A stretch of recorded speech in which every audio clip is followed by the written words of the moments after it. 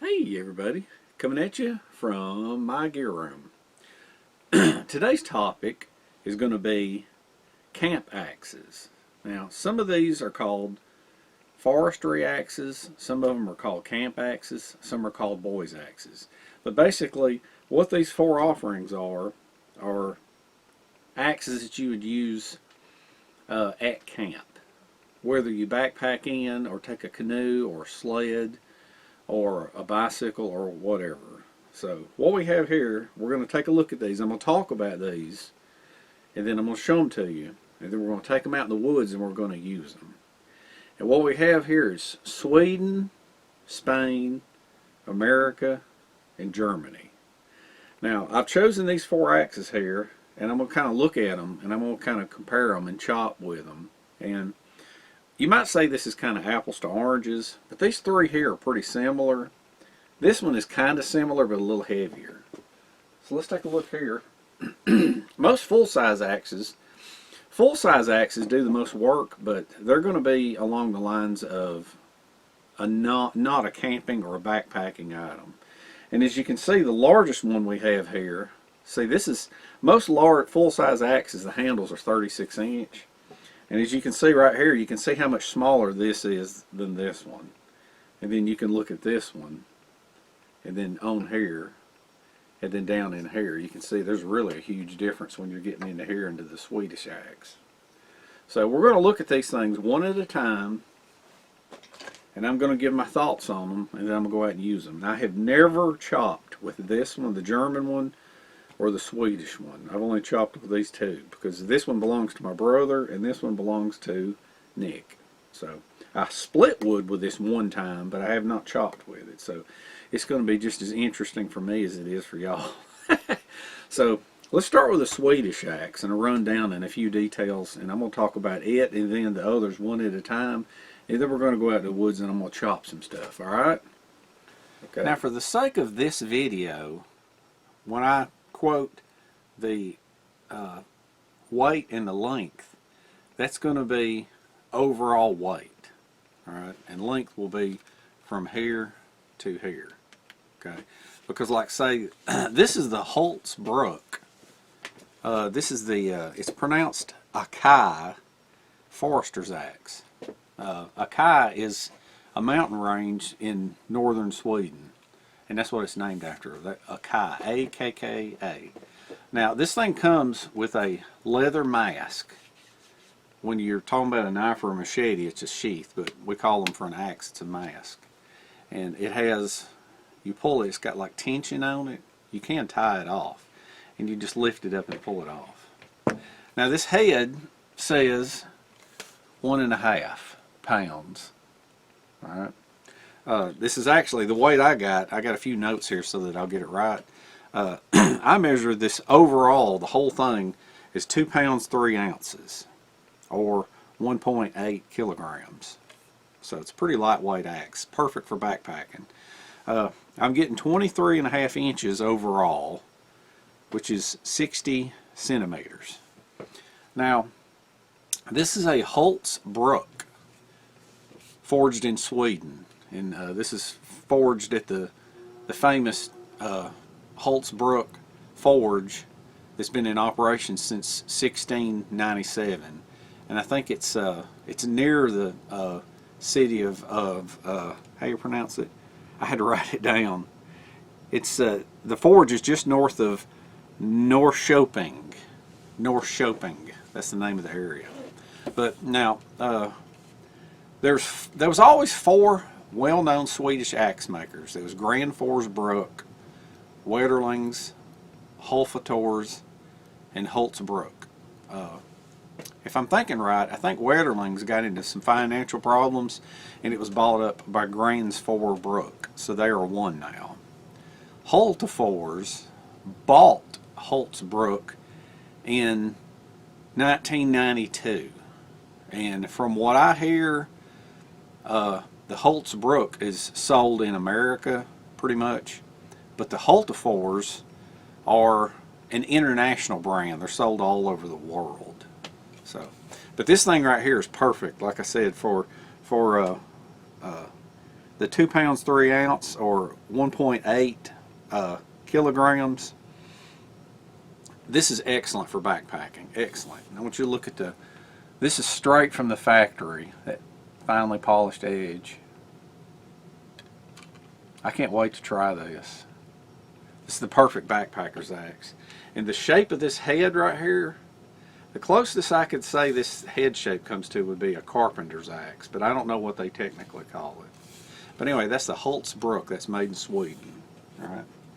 So let's move to axe number 2. Next up, this is the, let's see, I wrote down how to pronounce it because I am Southern. It's the hatchets. This is a Basque felling axe made in Spain. Now, Jauregui is the last known artesian Basque axe maker in Spain. Okay. This thing comes, let me show you, and it's made in, let's see, this says Jauregui, how do you pronounce it? Oranita, okay? It's Oranita, Spain.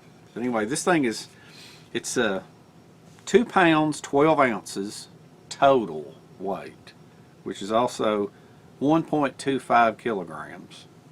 This is 23.5 inches, so that puts it at the exact same length as the Swedish Ax, Swedish Forest Ax, which is also 60 centimeters.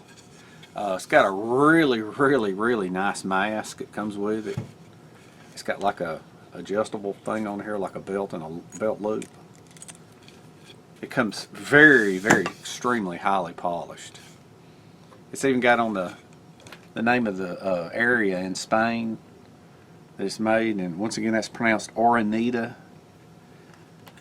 The mask is stamped. It says Hatchets Oranita. It's made in Spain, and this thing is curved, and this is nicknamed, the shape of this bit is called a moon bit. Okay. Now most of the time a curved bit like this is for hardwoods.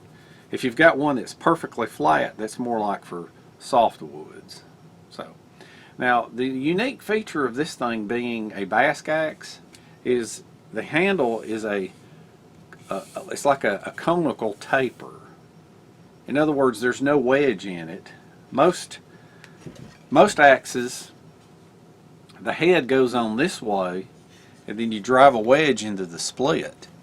But the way this one does, the head slides on here and slides all the way up onto this taper, and the more you swing it, as the weight of the head goes out, it holds itself on. So that is like an excellent feature. So that would make this thing like an excellent survival type axe. It's real thin here, real comfortable. All right, once again, let me try to pronounce that again. Hatchets Jauregui. It's a Basque axe. All right, so that's number 2. Let's move on to number 3. Next up, the Council Tools Hudson Bay Ax. Now, I cannot remember. I've had this for several years, and I haven't really used it a whole lot. I cannot remember if this is called the Boys Axe or the Camp Axe. I can't remember. Right? But anyway, this thing, so I got total 2 pounds 11 ounces. So this thing is actually, an ounce less than the Basque axe. It may be because the bit's smaller, but the length of the handle is a little bit longer. Okay, so this handle here is, that 2 pounds 11 ounces is 1.2 kilograms, and it's 26 inch. The other 2 axes were 23.5, I think. Yeah, they were both 23.5, 60 millimeters. This is 26 inches, 66 millimeters. Okay. Now, this mask is an Epstein mask from Kansas. It's from the Harry J. Epstein Company. I had to buy it separate because it doesn't come with this. But a little bit of information. That's a good mask right there. Just a little bit of information for if you don't want to track down this company. Because when you buy the Boys Axe or the Camp Axe, the Hudson Bay style, it won't come with a mask. But it's a funny thing, if you buy the hatchet, the council tool hatchet, it comes with a mask. And so see, you could order, if you wanted to, you could just order an extra mask like this if you buy this, because they both have the same exact head. Alright, and I'm not sure what they would call that. I guess, let's see, 2 pound 11 ounce. I guess they probably call that a 2 pound head. Probably. But with this one, I've never sharpened that one.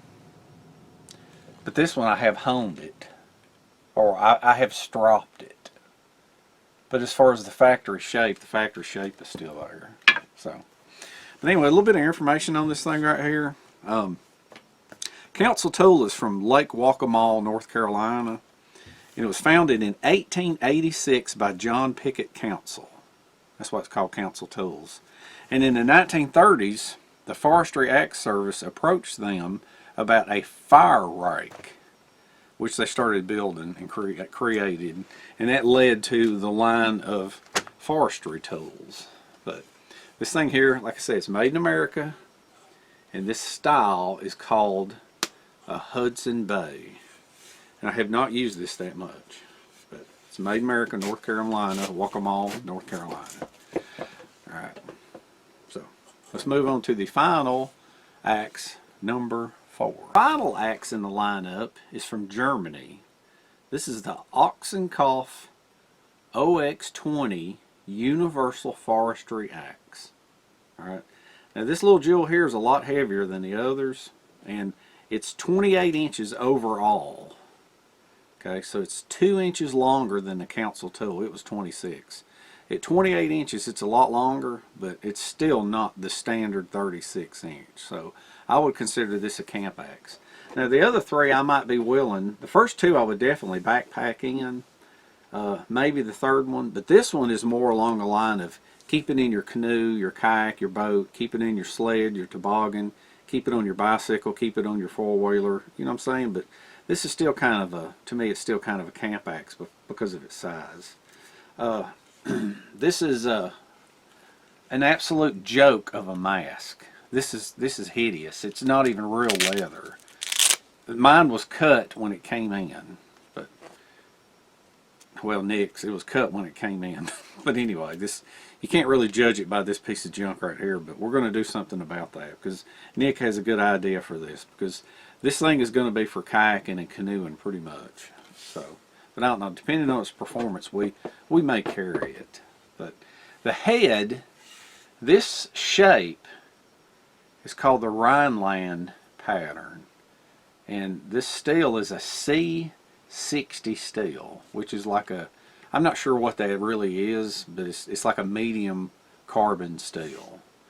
You can see it's got a really nice finish on it. It's very, very convex. A lot of people on the smaller camp axes, they'll flatten out the geometry of them so they'll sink deeper because they don't weigh much. But this thing weighs a lot more than the others. Total weight, I got it wrote down here, 4 pounds 4 ounce. Alright, or 1.940 kilogram.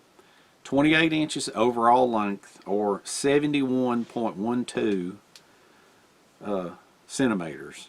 Now, Ochsenkopf was founded in 1781. Let me see if I got it right. 1781 in Remscheid, Germany, and this was touted as the official axe of Paul Bunyan. And the thing I noticed is, you know, a lot of these small axes that we use for camp, like this is like a 4 pound, and the others are like 2 pound. Full-size axes are usually 5 pound. Well, this company, Ochsenkopf, they are the leaders in the racing axes. This company in Germany makes those racing axes that you see at those shows and competitions, and their heads weigh 11 pounds each. But anyway, this is named after, Ochsenkopf is named after, it's the Fishtail Mountain Range in Germany. And the second highest peak in that mountain range is Ochsenkopf, and that's, I'm told that stands for head of an ox, because when you get to the top of that peak, there's a big rock formation, and it actually looks like an ox head. And so, you know, that's kind of where that came from. But anyway, so there it is, 4.4 pounds, 28-inch C60 tool steel. Let's see right here for a minute. Let's show you it's stamped in it like that. The others have something stamped in them. But anyway, that's pretty much it on it. So, and this is Nick's axe. I've never chopped with it.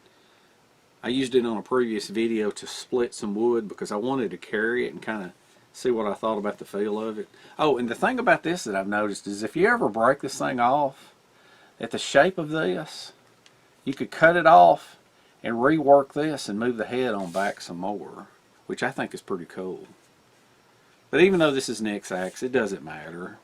And my brother's axe, it doesn't matter. We share axes. We all, you know, we test them, we use them for each other. So anyway, so let's go on out now, and I am going to chop with all four of them, and I know they're going to chop. They're all good quality axes. But as far as being a pack axe, it's not like you're really just going to be chopping trees down or, you know, working in the logging industry. These are going to be for camp duties. But I'm going to see how well they chop and give my thoughts on them. So we're going to do that tomorrow. But I gave you background and history, and I'm not sure about prices. They vary. They're all in the 100 to 100. Well, let's see. Let's go over real quick. By memory, I think this is around $180 for the Swedish Ax. I think the Basque Ax is somewhere around 130 to 150, and the only place you can get them over here in America is through a company called Lamina, I think. The Holtzbrook, you can get them anywhere. You can even get them off Amazon. I think this was around $100 for the, maybe 90 for the council tools. This thing right here, you can get it anywhere from 108 to 120. So that's basically the prices. And as far as I know, all the handles are hickory. Okay. All right. So let's take them out in the woods, do some chopping. All right. So we are finally outdoors, and I have Brother Jim on the camera. Hello, everybody. Hey, everybody. So anyway, he kind of scanned around. As you can see, there is a bunch of dead wood around everywhere around here. So it's going to be great for us to figure this stuff out. Now, it's misting, and it's rained for several days. Everything's wet. So I thought to myself, this is not a great time to be filming, but this is, and you can hear it. But this is actually optimal to find out how good an axe is, because hopefully I'm going to get my hands all wet and everything I touch is going to be wet. So the first thing an axe does, whether it's a pack axe, boys axe, or a camp axe, is chop wood. So I'm going to take each one and I'm going to chop, and I'm going to see how they feel. So let's chop right here with the Holtzbrook. I'm going to chop halfway through. Oh, another important thing. Check this out. Safety glasses. Doesn't hurt a thing. You only got one set of eyes. Guess I better put something on too there, because that stuff's flying over here. Oh, okay. Yeah, put yours on too. But anyway, like I said, this is the Holtzbrook Akai forest axe. As you can see, it's taking some good chunks out.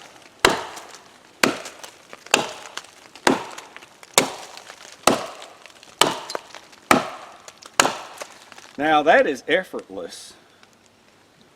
Effortless. And the other thing about this, now I'm not going to chop this all the way in half, because if it's laying on the ground, it won't bounce. Hey, what country is that one from? Sweden. Oh, okay. All right. And another thing is, with each chunk it was pulling out, something else that I want you to note is the axe didn't stick. And that's because of the extreme convex grind that keeps it from sticking. All right. So now let's move on to the next axe, the Basque axe. This is the Basque axe, the hatchets. It's a Basque axe from Spain. I can't remember how I pronounce that name of that part of Spain. Anyway, oh, that first axe is my brother's axe, but he's never used it. It's brand new to him. Matter of fact, that was the first time it's even been used, period. So, anyway, I think you're going to like that axe. That's the best one I've ever had in my life. Yeah, it's the perfect size for backpacking. All right, so let's see how this thing does with the curved moon bit. All right.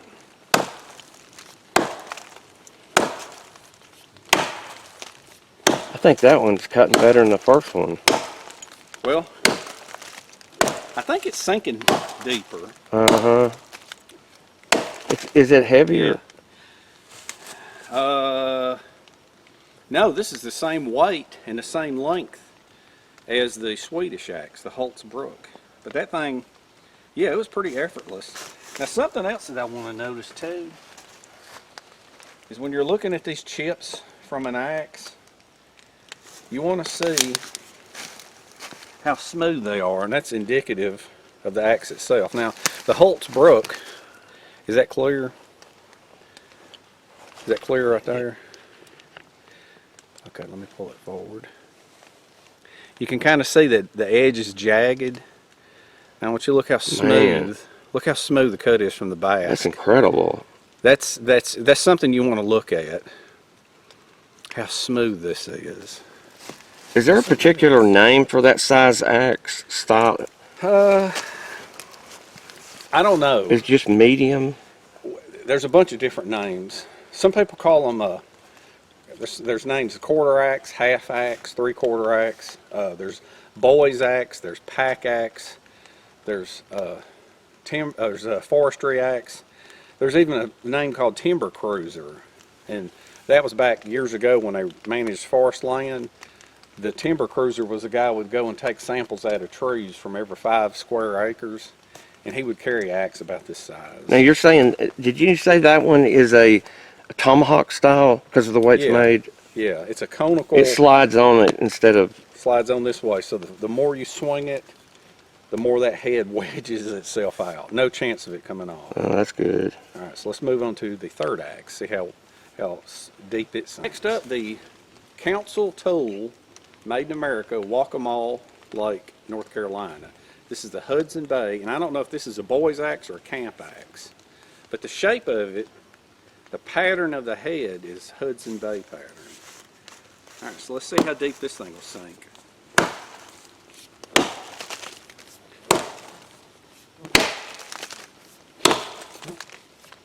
Now that seemed to cut a little better and a little faster, and the handle is 2 inches longer than the first two.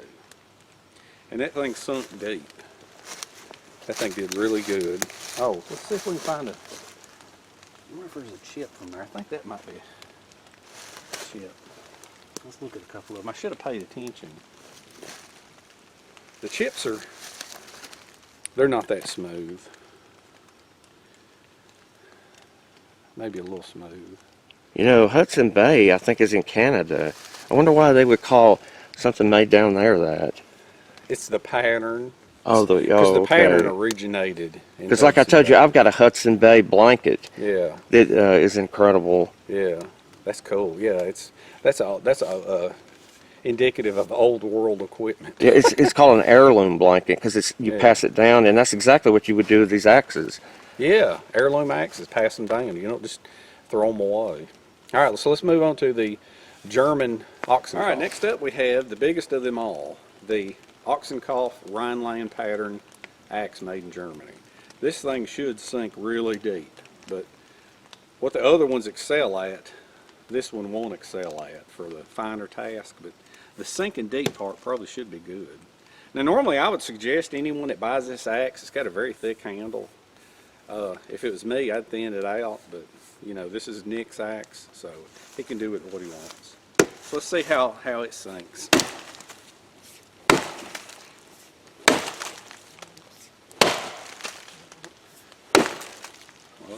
Pretty that good. Broke the log in half there. Yeah, that's pretty good. That is pretty good. But I didn't have to swing it as hard as I did the other ones. And it did good, so I knew it would excel at those. Which one's the most expensive one you got? The Swedish Ax. Oh, really? Brook, yeah, it's They make good steel Oh, there. yeah, it's 180. This is C60 steel. It's some kind of proprietary German steel, I think. It's like a medium carbon. But anyway, they did pretty good. So now we're going to do some limbing, and I may do it one-handed. I don't know. We're going to move over. We're going to do some limbing, and I think I'm going to try to do them one-handed, because with the chopping, you tend to use two hands. So just out of curiosity, since the fact that we're not necessarily talking about timber axes, we're talking about camp axes. So we're going to be doing this now. So there's a little limb, no problem there. Generally you want to cut down and cut in, but that's the technique for limbing. Alright, now that was absolutely no problem. My arm doesn't hurt, my shoulder doesn't hurt. So let's move over to the next one. Alright, now just for the heck of it, I'm going to reach over here and chop that one. Left hand, no, that's right handed. That came off effortless. Of course, it is rotten wood. Yeah, there's a little bark on this. But that's a proper technique there for limbing, is you want to go straight in and in. Because people that limb by coming in this direction, all you're doing is wedging the axe in. With this way, see how I'm removing chunks? Yeah, they're flying everywhere. Yeah, now see, that is effortless. That is wonderful. I love that thing, and the handle's very, very narrow. Alright, so let's get the next axe. Alright, now we're back to the made in the USA Hudson Bay. So let's try it. I'm going to try it one-handed. Hey, broke right off. Let's try this one that's kind of up on the top. Effortless. Yeah. Let's do this one. Hey, I want to try, let's try left-handed. Oh, that's slippery, man. Uh-huh. All right, let's try this left-handed. I pretty much broke that off. All right. Well, that thing was just as effortless as the other one. Now, this next one, the German axe, is a whole lot bigger and heavier, so we're going to see what it does. The German oxen call.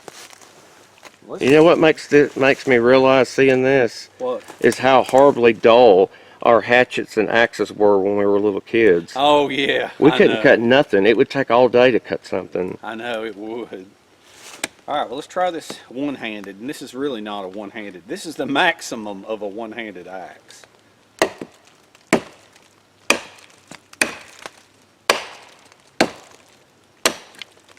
Now that took, a lot more effort.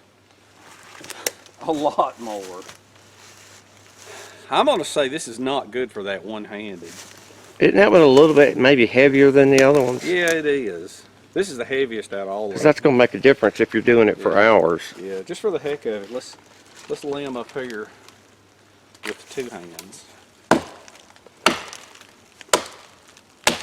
Yeah. Did you hear that sound? I know, it sounds like metal. Yeah, it was a ringing sound. Uh-huh. It might dull. I don't think it would dull it too much, though. No, I don't think so. Let's see if we can get that in one swoop. Yeah. I mean, we're in the middle of nowhere, so if there's something in that, it could be a bullet or something. I don't know. Wouldn't that be something? I mean, because there's no way a fence would be here, ever. No way, especially not on a tree, not that high up in a tree. Oh, yeah, that's like probably 15 feet up. Yeah. All right, now the next thing that I want to do is, as far as a camp axe goes, I like to be able to take them and carve something to a sharp point and put a V in it. Doesn't make no sense now, but it will in a minute. For me, that's a requirement on a camp axe, so that's what we're going to do next. The next test is going to be, can I take one hand and hold a stick and carve a sharp point on one end, and then can I cut a V into it? Because that's one of the other requirements for like camp. So I'm going to hold this, and I'm going to use one hand. The balance seems to be right in the middle. You want to make sure that you don't have enough to hit your leg out here.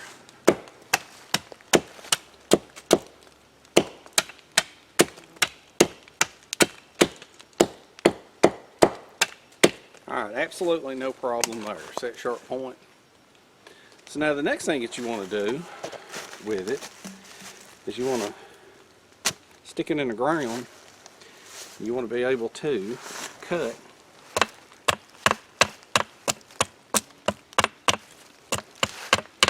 probably have to choke up on it big time. So then I'm going to have to move on this side. And this ain't easy to do.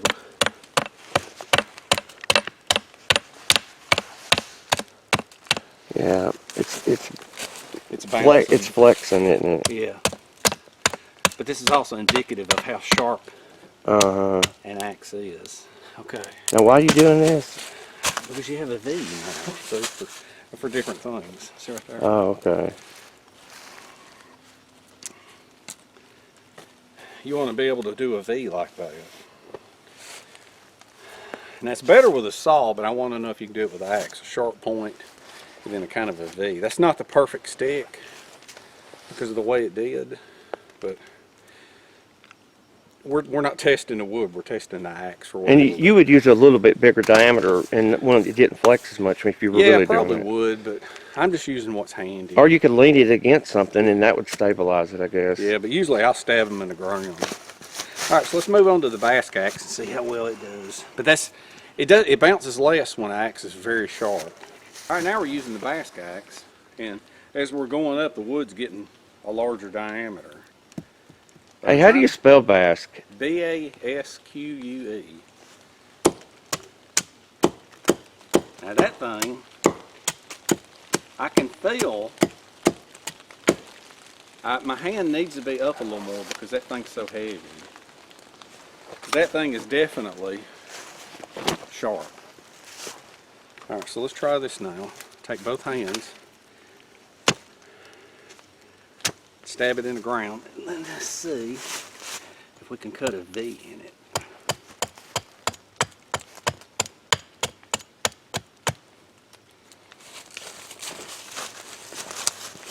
This side.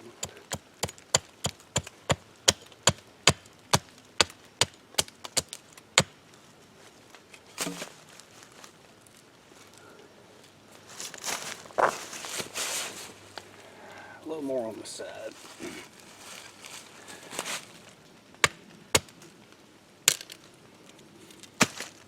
Oh, now that's a better V there.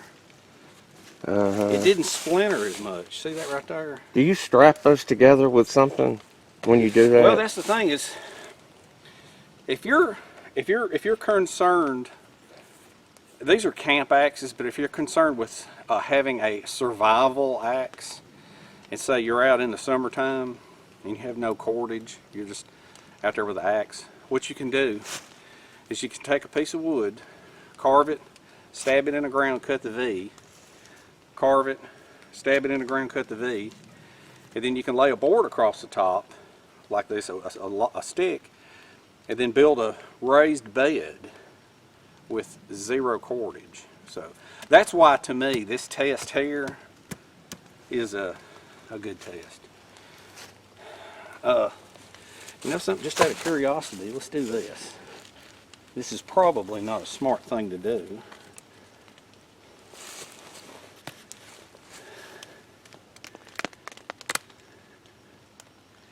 I got a lot of weight on it and it didn't break. So if you've got 4 of these, it should hold up. And you could cut them like that too. But anyway, that thing passed that test right there. A point and a V. So it's going to get harder to do as we go along. Let me flatten that out. Alright, so we're going to move on to the Hudson Bay Ax. The Hudson Bay, and I'm trying to feel some of these things. If you choke up on them too much, like I said, the handle will hit you and throw you off. So I'm wanting to see, I'd say about right there. It's a little over halfway. I can control that, and this is the bottom of this thing's not hitting me in the leg.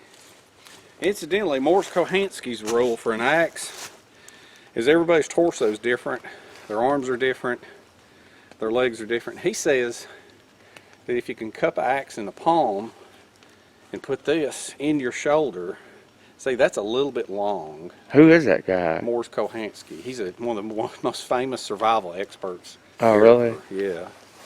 But anyway, so let's take this, both hands, stab it in the ground. Now I'm going to have to get kind of shorter on this one. What is that? Felt weird.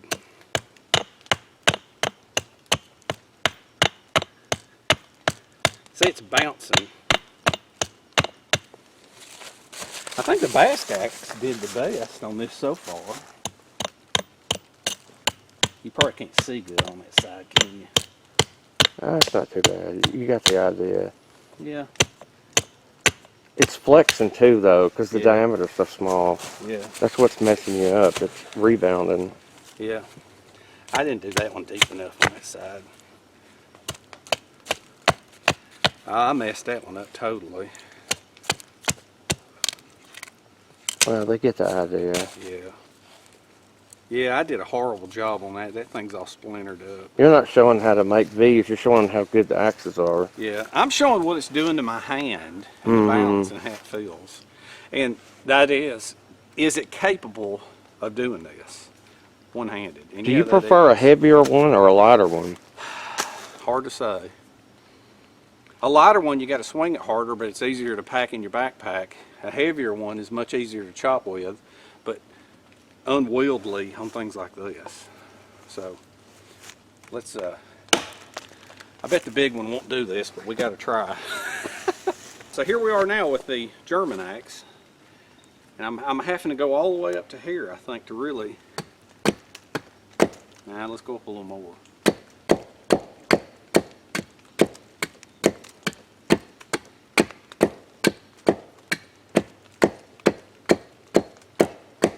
Alright, I can do it, but it ain't easy. I'm having to choke all the way up to here. So That one looks very sharp. Yeah. The axe? Yeah. Yeah. It is sharp, but it's heavy. They should all be about the same sharpness, shouldn't they? Kinda, but the geometry is different. Some have more of a convex than the others. But they come already really sharp, don't they? Some do, some don't. Oh, okay. Alright, let's see. Now see this? If I'm out here, it's too heavy to control.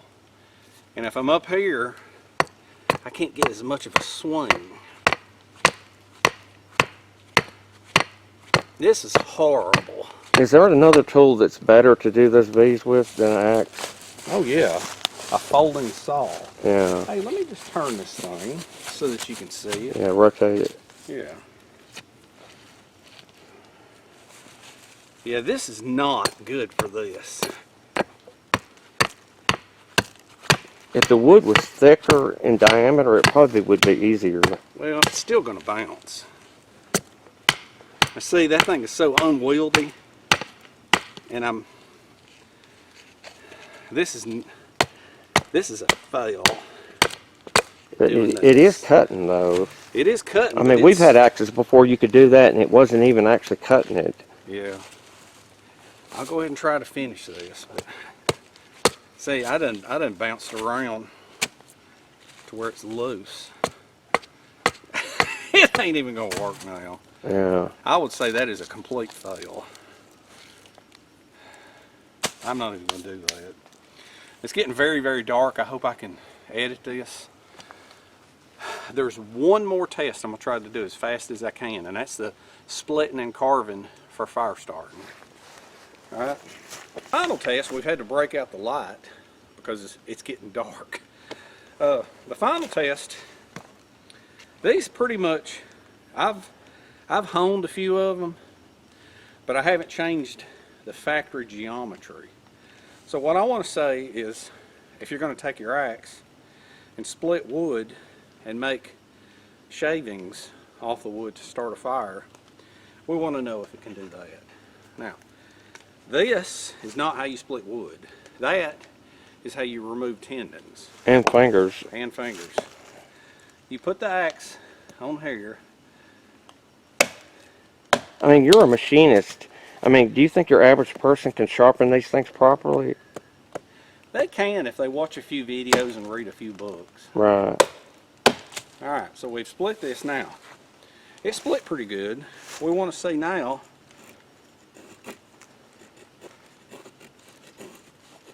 look at that. It ain't easy, but I can do it. I think the type of wood matters maybe on Yeah, that. it does. Alright, so there's some curls on there. Are you doing that to get some stuff to help you start a fire? Yeah. Little curls. There ain't many of them.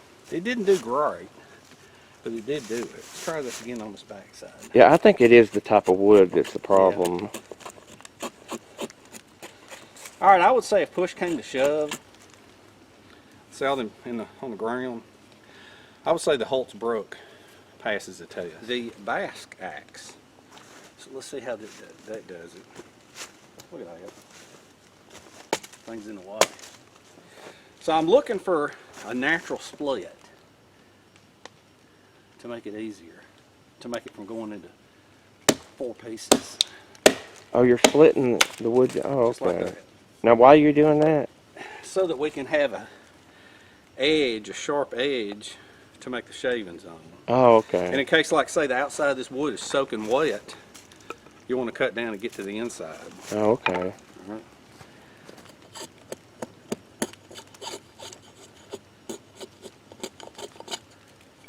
Did pretty good on that side. I got some knots here.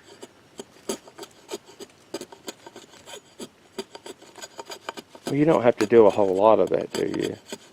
Well, you need a bunch if you're going to make a fire. Alright, now that did pretty good right there. You can Does it see- matter if it's green wood when you're doing that? You don't want to do green wood, you want dry wood. See that right there, you can take a match, this outside's wet. Right. You've shaved down where it's dry, take a match or a lighter, light it right under it, fire. Oh, okay. So you deliberately leave it on it like that? If you can. Oh, okay. If you can. That's the ultimate goal. If not, what you want to do is gather up all these shavings right here. Yeah, I guess you'd put down a tarp or something there before you did it to catch them all, wouldn't you? Yeah, or a do-rag, Anything. or a hat, or a handkerchief or something. Because see, these are bone dry. Everything else is soaking wet here. Alright, so let's move on to the next axe. Natural split in this wood, soaking wet on the outside. So we're going to lean it over here. We're going to put this right in the split.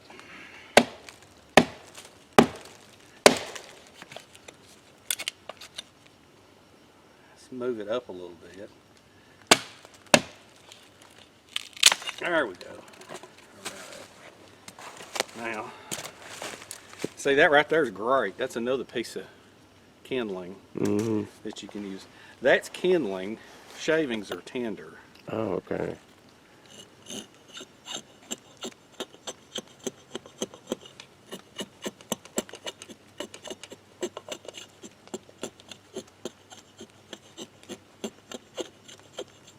Do you have any of that cotton that's got something in it that helps you start fires? Yeah.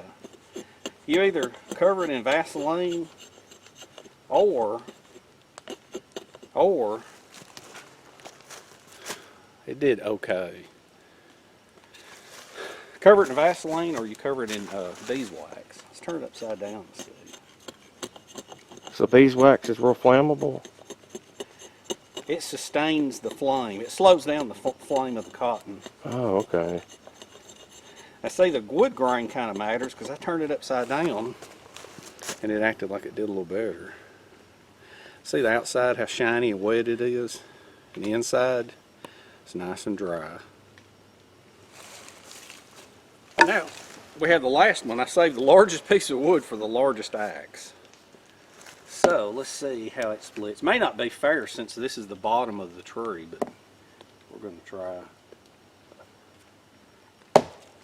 I mean, these are all very high quality axes. They're not Oh yeah. Chinese ones, you know, that won't hold a edge. I see that was the biggest piece of wood right there. Now this has the most convex grind. Even though it's ground to a polish, it's still got a heavy convex. So it may not shave at all.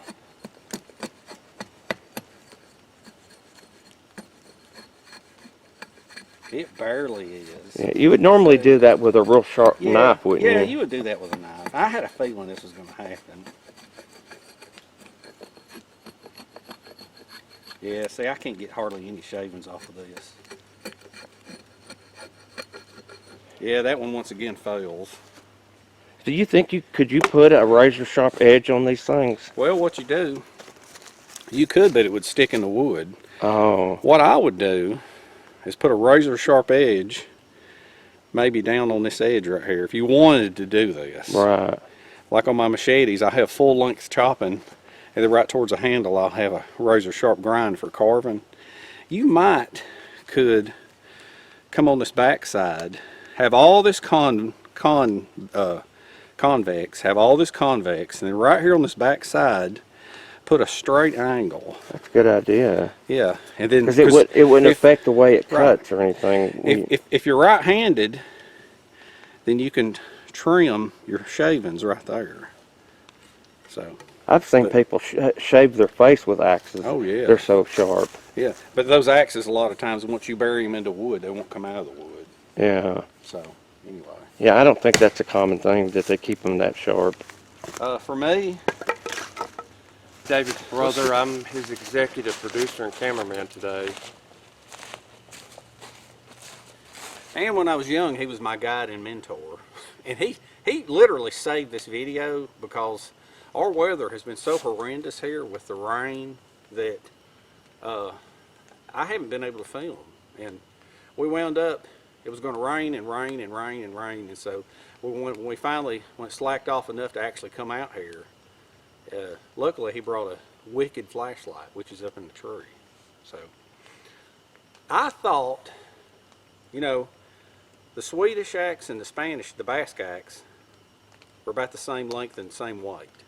Well, they're exactly the same length and same weight. And then this is 2 inches longer, and it was a little bit heavier.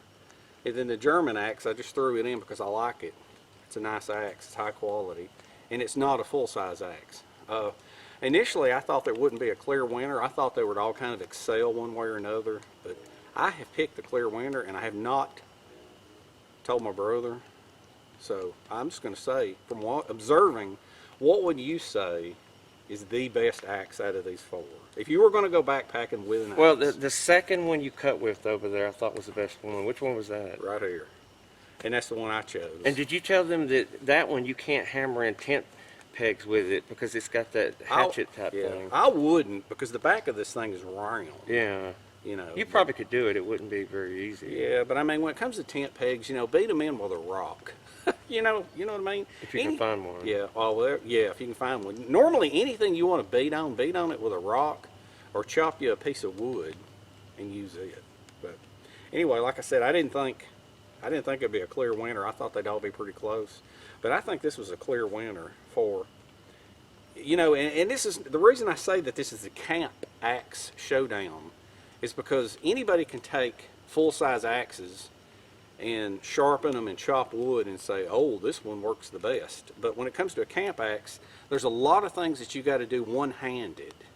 And there's a lot of things that you're going to be choking up somewhere on here, and you want to feel the balance. And if you're hiking or backpacking, you don't want a big, heavy, long axe with you. You want the lightest one you can carry. Right.